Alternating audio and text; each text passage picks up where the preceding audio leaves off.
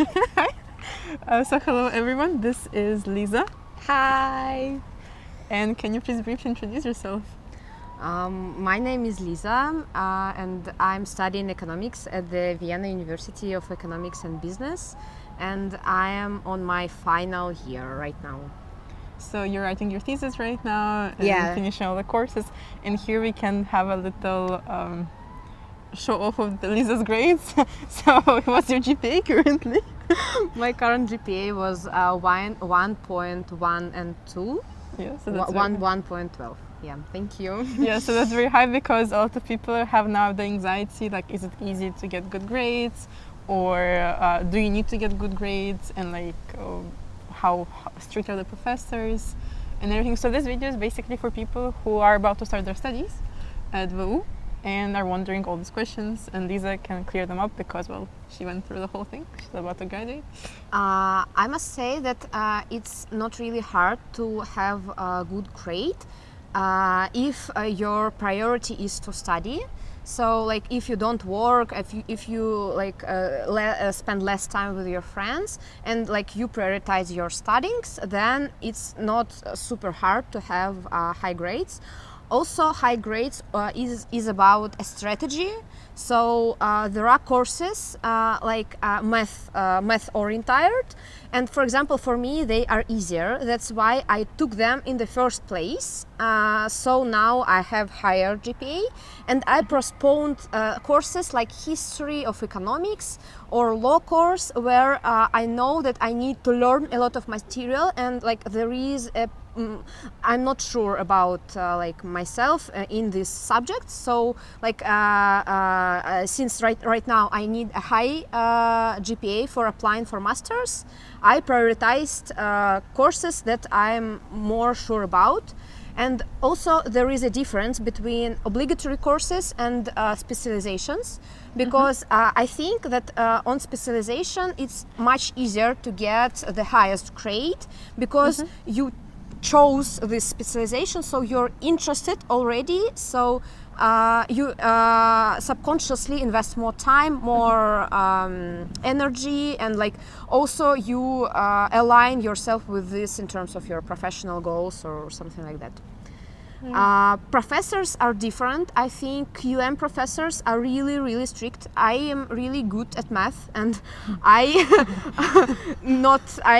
have 2 for QM course, and this is mostly because of how professors strictly check your exam, and sometimes they really strict with like how you should do the writing, so like how properly you name something.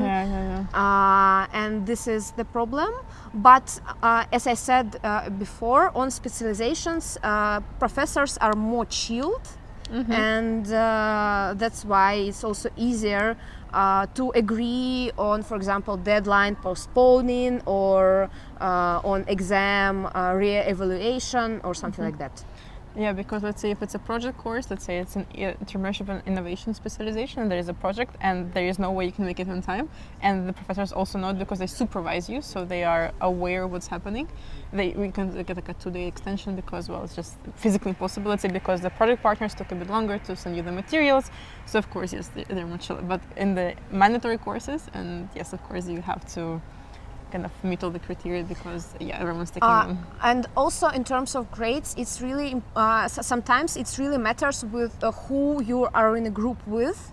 So what really BBE teach is a group work, I must say, because you don't know usually you don't know people you work with, and you should figure out very quickly are they responsible or not, and if they are not, you should take the responsibility, the most part of the responsibility of the whole task by yourself. That is not pleasant, but if you care about the grade, this is essential, not to think that everybody else will do something for you. Yeah, unfortunately there are some free riding cases. Let's say you're in a group work, some people don't go to the group meetings, or some people decide to put in less work, and the people who really care about the grade suffer because of it. So it's either you just say, okay, whatever, you don't do anything, I don't do anything as well, and we both, let's say, get a bare minimum to 0, yes, we both fail. You know, if you go down together on the ship, or you basically do everything yourself and you get a nice grade, but also the people you work with also usually get a nice grade because of you, and not fair, but so yeah. Yeah, that's really important to think about in advance. So yeah, that stuff. And let's say a lot of people ask me, do you need what do you use a laptop, an iPad, Windows, Mac? I am a Mac OS person since my childhood. This is just like my thing. I don't think that's important. I think to work on are easier on Windows as far as I saw, but I perfectly use it on Mac. I have like a MacBook Air, and that's the only device I use. It's also nice to have an iPad, but the notebook, the paper is a perfect substitute here. So like also I use cheaper one. not really cheaper. I mean, if you buy a lot of papers and a lot of pens, that's sometimes like cheap iPad could be bought for I think 400 euros. So sometimes it's okay, and you can write with it, and you can have a lot of documents within it. So you carry just an iPad for the environment as well, so you Yeah, don't waste yeah. trees and paper. Great. I think the laptop is essential, and other things are just Nice addition. yeah, nice addition. Because let's say I like Windows more, I'm biased. Sorry. And he's gonna kick me out of the bench. But yes, I've been using Windows my whole life.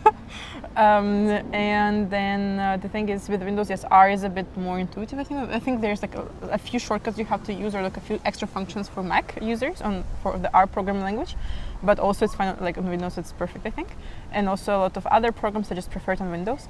But let's say if you want the nice environment with all the documents, you can access them anywhere from your phone, from your iPad, and you also want like a nice design. And it also doesn't make too much sound when you open it, because my laptop, I open it, it makes so much sound, and it's like a bit old now, and it's also heavy. But basically I've used it my whole studies, also my masters. It was perfectly fine with just one laptop. And then if you want to draw on your slides, because some people want to make extra notes on slides, like when professors provide it, you can get an iPad, or you can also just get a little extension, a little touchpad. I got mine for like 50 euros, and it connects to your laptop, and you just draw with the pen as you would normally do on an iPad, and we just transfer all the drawings to the laptop. And it's also a perfectly cheap substitute as well. Paper, but paper is like, still I prefer paper for like law courses. I prefer paper because otherwise you don't really remember it properly, because unless you like really write it out and answer the questions, it's a bit hard with like proper terms and stuff. So I would say get 2 notebooks. I think for the beginning it's enough. You can always get more.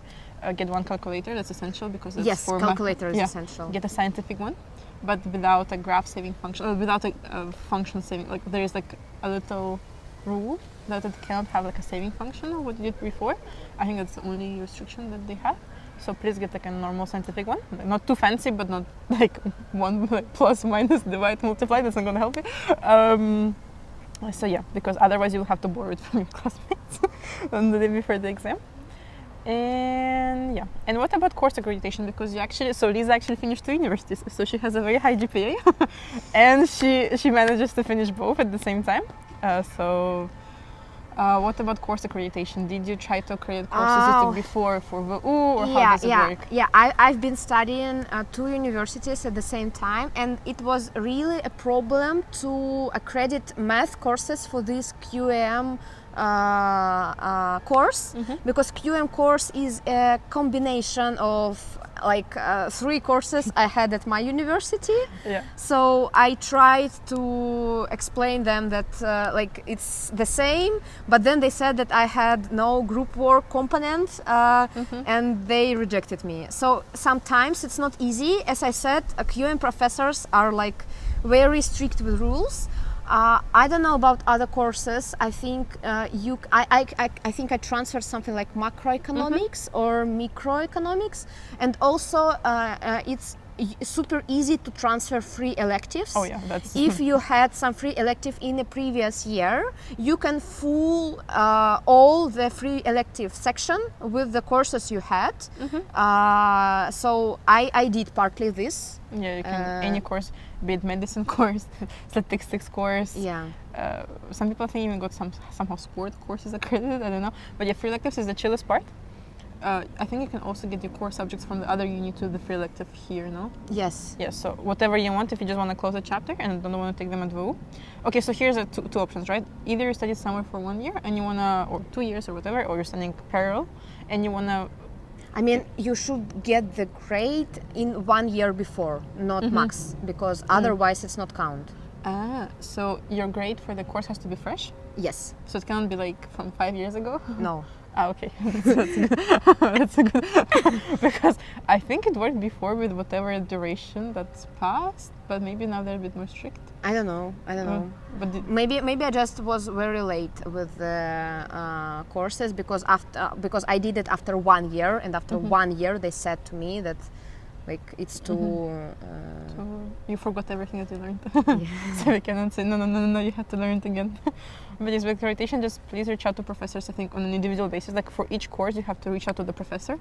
You cannot just magically do it. I think only for free electives. I think you just go for the program coordinator directly, and then he does it, or she, because at this point it's a he. So they will do it for you. But for courses like macroeconomics, QM, you have to go to the professors directly because they have to judge. I think, right? No. There is a form, and you fill the form with any course you want, and they evaluate it. I think this is just like a system.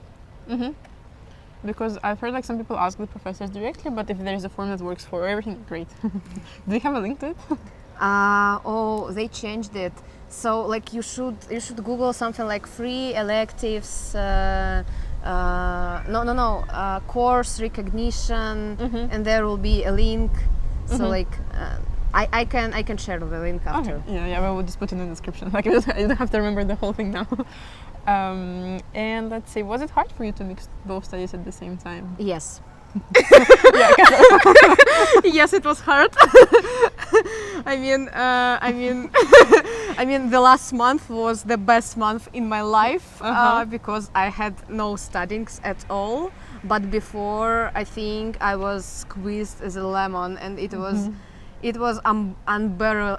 unbearable and really tough. And I'm proud of myself, but yes, you should be.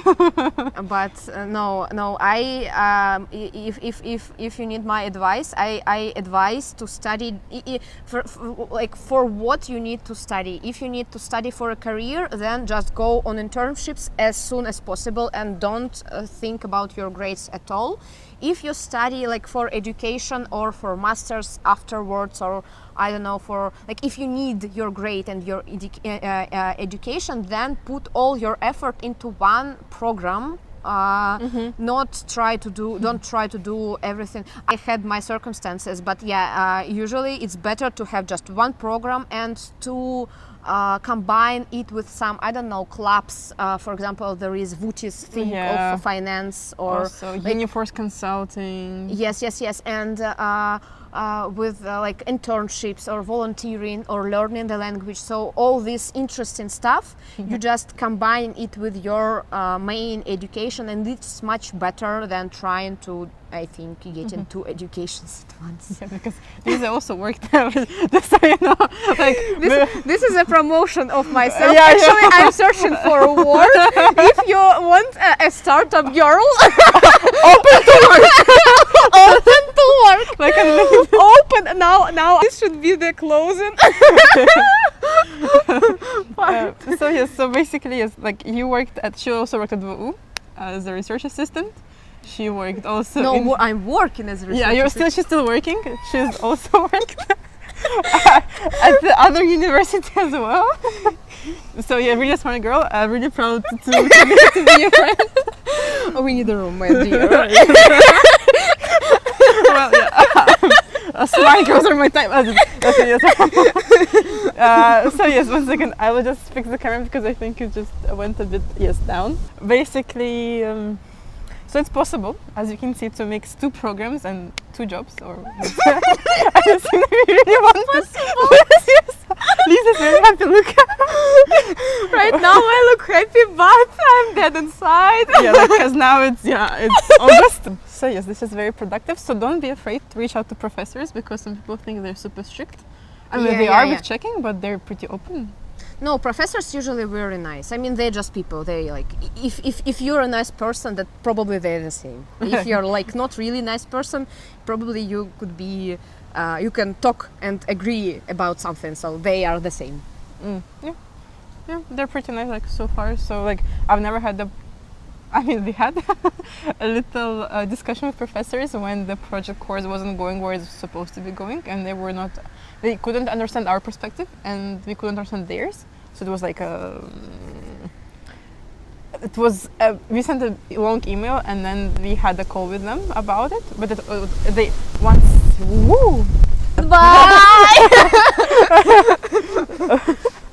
It was nice having this interview with you. One second. If you know anybody who wants to hire me for a startup, I'm really smart. So we have to end this interview very quick because now it's raining and it's super windy, so it doesn't make sense to continue this. Thank you for watching. Stay tuned for part 2 during nicer weather. Bye bye. Bye.